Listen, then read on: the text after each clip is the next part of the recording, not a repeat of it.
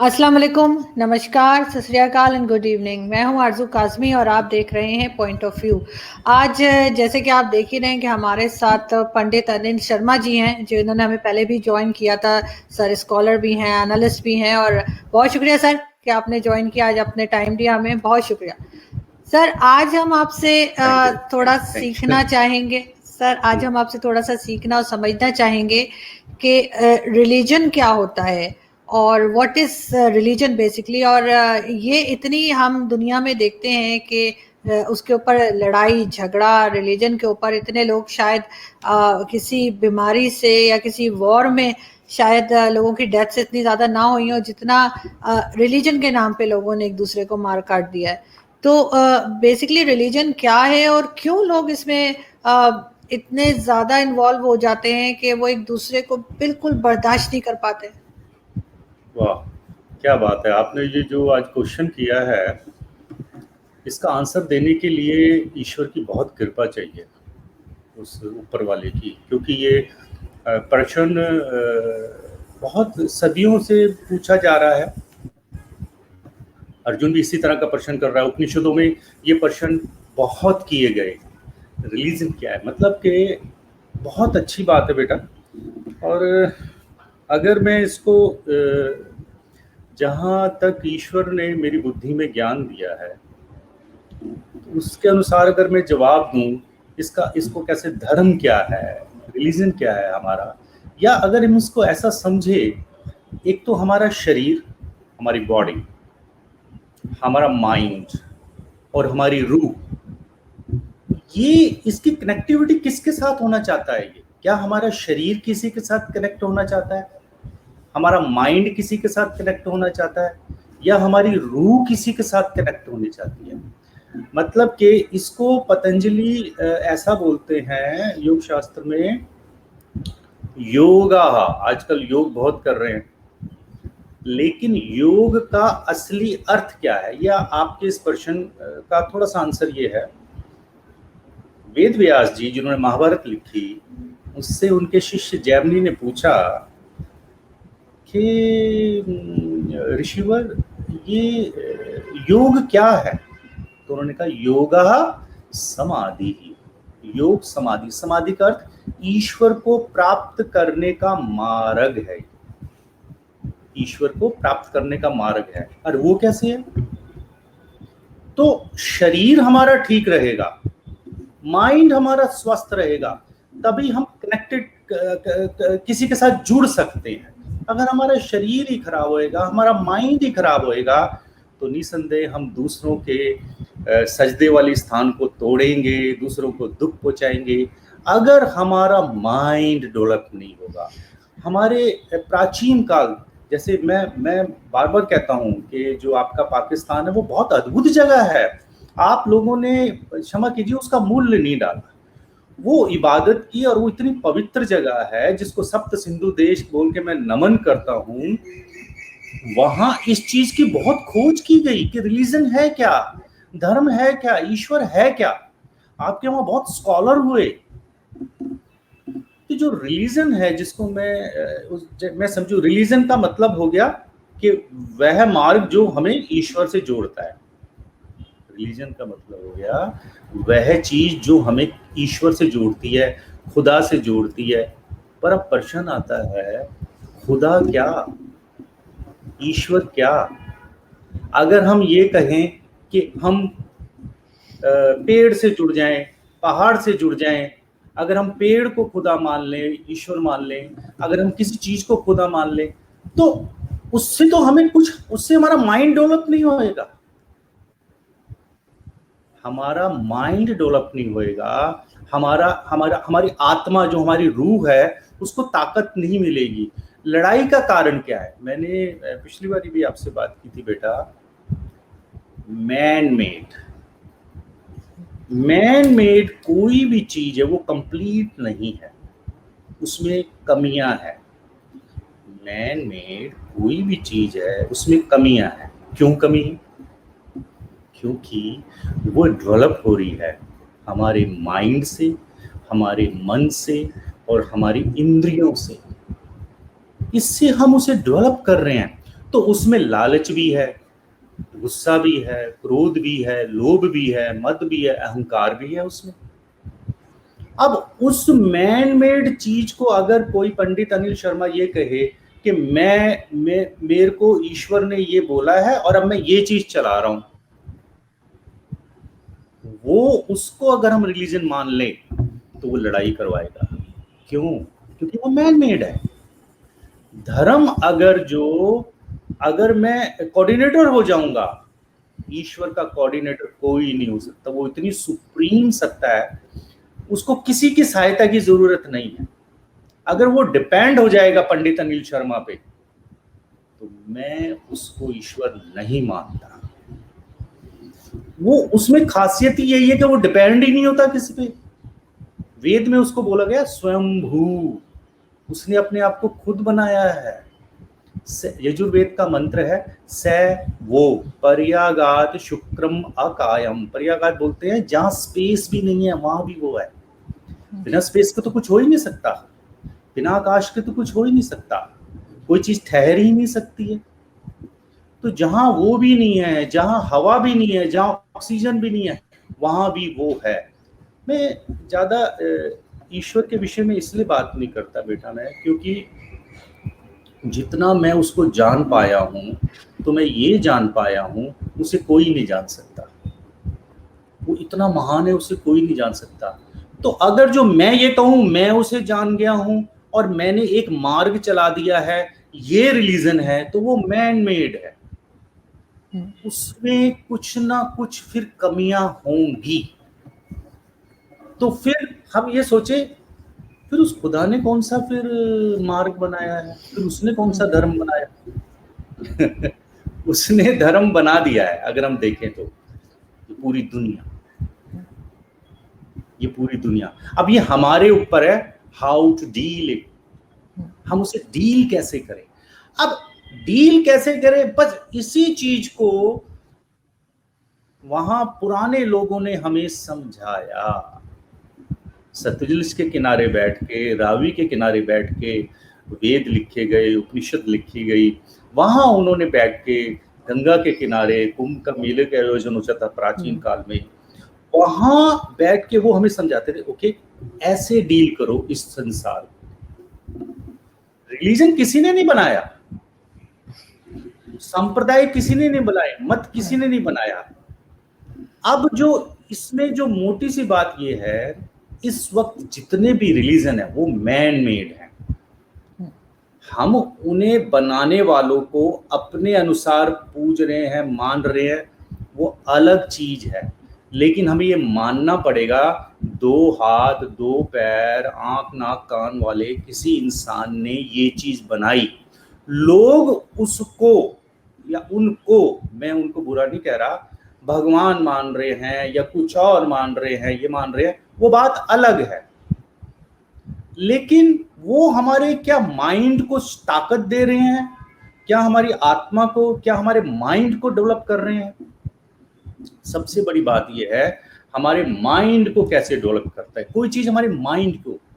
क्योंकि जो मैंने वेद उपनिषदों में देखा, सबसे पहली जो चीज बनी इस दुनिया में वो माइंड बनी, उसको महतत्व बोला गया। कैसे? क्योंकि हमारे तो ऋषियों ने कहा प्रमाण दो। तो देखो वेद में एक मंत्र आता है यजुर्वेद में कि वह जो है याम मेधाम देवगणः पितरः उपासते। याम मेधाम, मेधा, याम मेधाम देवगणः, देव गणों ने, पितर हमारे पूर्वजों ने, याम मेधाम देवगणः पितर उपासते, उपासना की है, वर्शिप की है। किसकी? मेधा की। सिर्फ माइंड की उपासना कर रहे हैं। तो जिन्होंने माइंड की उपासना की नहीं, उन्होंने पता क्या बनाया बच्चे? तक्षशिला बनाया, मोहनजोदाड़ो बनाया, सिंधु घाटी बनाई उन्होंने माइंड की। और इतनी जबरदस्त माइंड के उपासक थे वो। मिट्टी के जो बर्तन बनाते थे ना, वो ऐसे गजब के बनाते थे कि उसको अगर आप फेंको ना, जैसे मोहनजोदाड़ो या सिंधु घाटी या राखी गढ़ी, यहाँ के जो बर्तन है, तो मेटल की साउंड आती है। आजकल के जो बर्तन बनते हैं उनको ये पता लग गया था कि इतने डिग्री टेम्परेचर पे अगर हम इसे पकाएंगे तो ये इसमें ये परिवर्तन हो जाएगा। कमाल है, माइंड की पूजा करते थे वो पितृ। हमारे पितरों ने या मेधाम ता मां मध्य मेधा विनम कुरु, मेरी बुद्धि वैसी कर दे, और कुछ मांग ही नहीं रहे। यजुर्वेद का मंत्र है ये। एक चीज लेकिन हमने जब जी नहीं, आप कंप्लीट कर लें, मैं फिर पूछूं। मैं ये पूछना चाह रही थी आपसे कि हर रिलीजन में जो है वो एक जन्नत दोज़ख या स्वर्ग और क्या कहते हैं, हेल को क्या कहते हैं हिंदी में, नरक। हाँ, नरक, बिल्कुल, नरक का कॉन्सेप्ट है। तो ये तो कुछ लोग कहते हैं कि ऊपर वाले ने खुद इंसान के अंदर लालच और डर डाला है। अगर अच्छे काम करोगे तो स्वर्ग मिलेगा, बुरे काम करोगे तो नरक में जाओगे। वो बगैर किसी लालच और बगैर किसी डर के भी तो कहा जा सकता था कि अच्छे काम करो, कुछ नहीं मिलेगा मगर अच्छे काम करो। तो जैसे कहा, गीता में लिखा भी है कि शायद गीता में ही लिखा है कि कर्म कर और फल की इच्छा ना कर, इस तरह की बात कहीं मैंने पढ़ी है। तो वो ये चीज आप समझते हैं कि ऊपर वाले ने खुद डाली है कि डर और इस तरह का जो है लालच, ये लालच में आ जाएगा ना कि मुझे, मैं जन्नत में जाऊं, मुझे ये मिलेगा वो मिलेगा, और अगर मैंने गलत काम किए तो मुझे सजा मिलेगी। तो are you agree with that? या आप समझते हैं ये भी इंसान का बनाया हुआ एक कुछ है? आप इसको ना देखो, उस ऊपर वाले ने हमें बहुत खूबसूरत चीज दी है, बुद्धि, माइंड। हम इस पे विचार करें। मैंने इस पे बहुत विचार किया है, शोध किया है बहुत ज्यादा। तो मैं इस नतीजे पे पहुंचा हूं कि जैसे मैंने पहले कहा ना, उस ईश्वर को, या अरबी भाषा में उसे अल्लाह बोल दिया गया, उसे कोई नहीं जान सकता।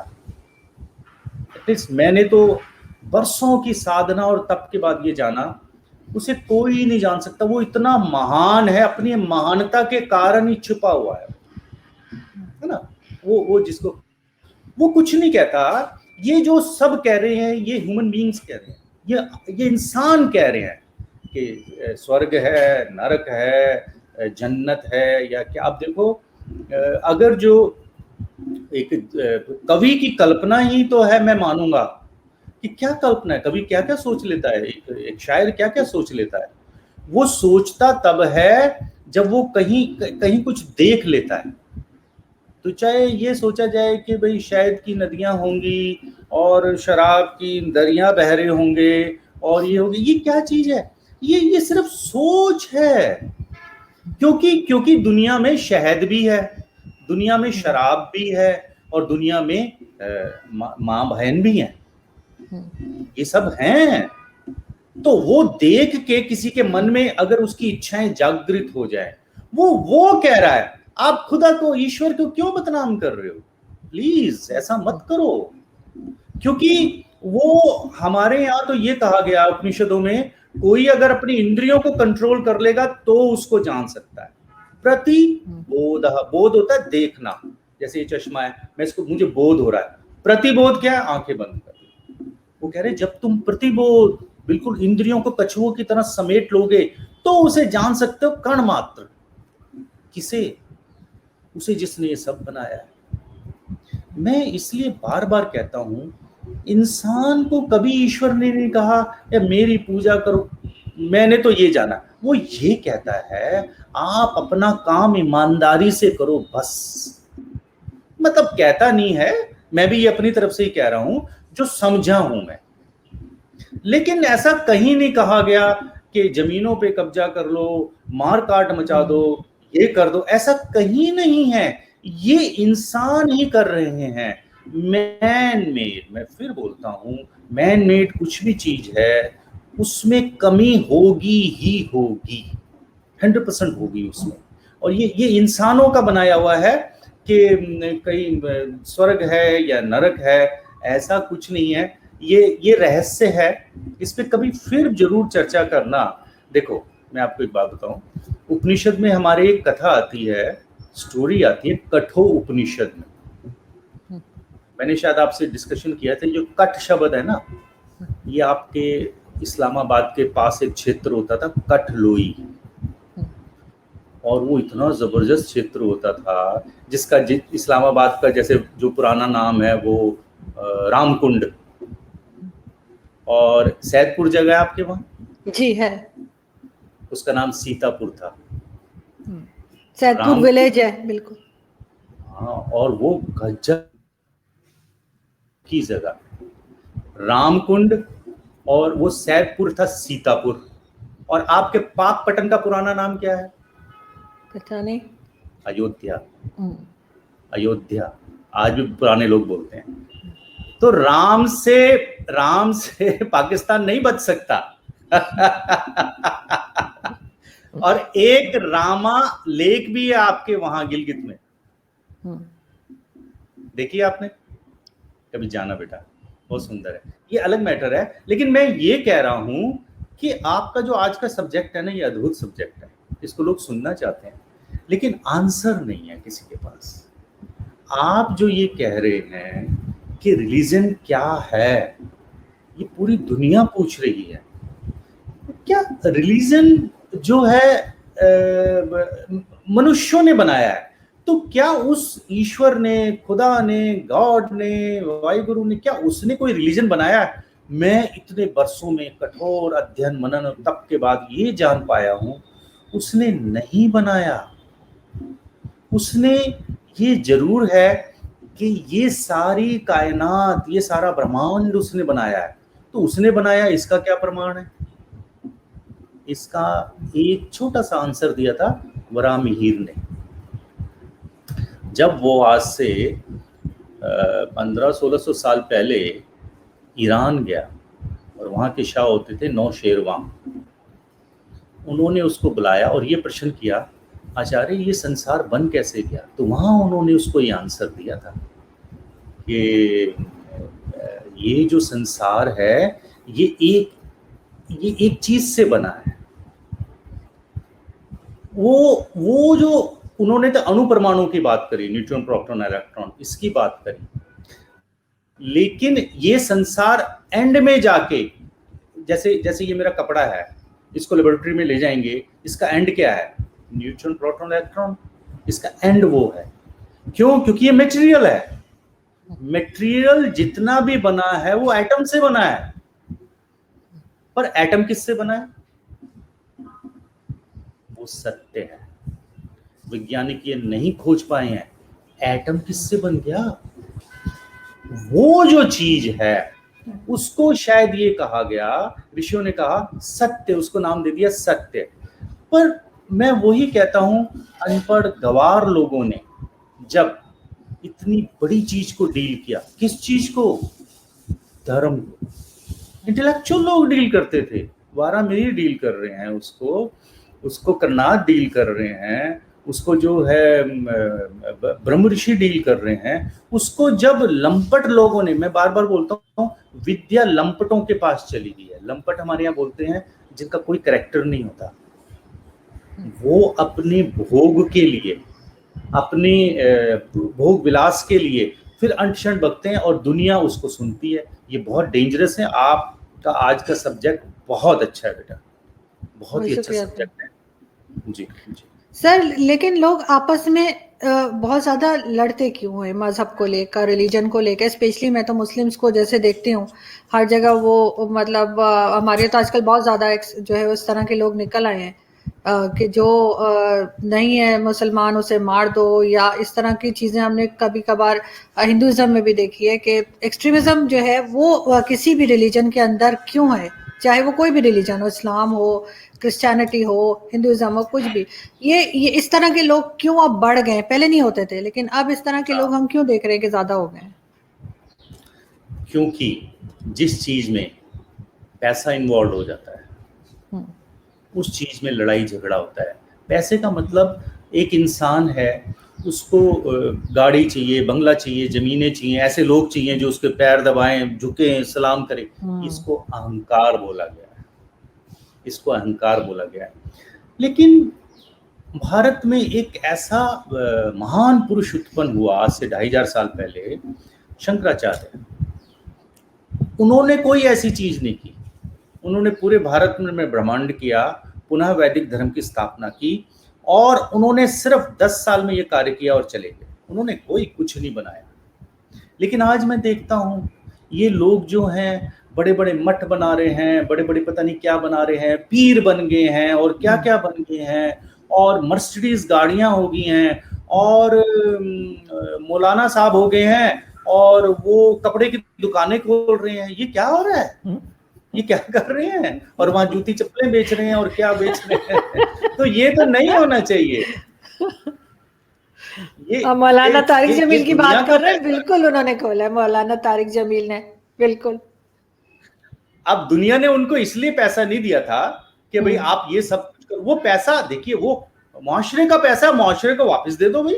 वापस कैसे दो? पहली बात तो लो मत, लो तो कोई स्कूल ही खोल देते, कोई कॉलेज खोल देते, कितनी सुंदर बात होती।